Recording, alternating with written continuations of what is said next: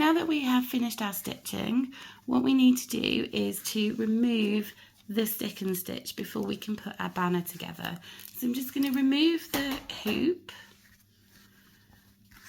out of the way, and we are going to soak this fabric. Now there's no need to soak this top bit, it's only the area where the stick and stitch is. So I've got a bowl of water here. Now you can do it in a bowl of water or you can run it under the tap, and all I'm going to do is to just gently soak it in the water.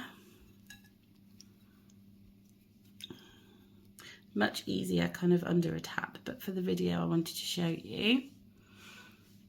So as you can see, the soluble stick and stitch just starts to come away in the water. You don't need to touch it, just agitating it just so you can see a bit better on the camera. It will start to come away. You don't want to agitate it too much because you want to leave your stitches as they are. So you can just leave that for a little bit. Make sure that all of it is under the water. If there are some stubborn bits that are getting stuck underneath your stitching, you can use a clean paintbrush or a makeup brush to just try and get those little bits out. Or maybe if you've got something like a crochet hook, to just go around the areas where it might be getting stuck. If you're running it under a tap, just the force of the water will mainly remove the bits that are left.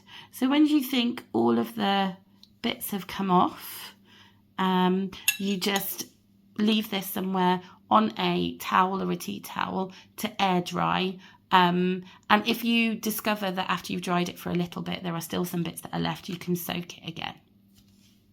So here you can see I've removed all of the soluble stick and stitch, and I'm just laying it on a towel to dry overnight and just kind of stretching it out a little bit to make sure it's nice and flat and not too wrinkled. At this point, if you've used the tap to remove yours, some of your stitches may have gone a little bit wonky, so you just want to make sure that they are nice and flat. You can use the end of a needle if necessary to just position them, particularly these petals at the bottom, to just kind of open them up a little bit so that when they dry they maintain that nice shape. They may have got a little bit battered and bruised whilst you've been soaking off the stick and stitch under the force of the water. And when you're quite happy with that, just leave it overnight and then it will be ready to finish.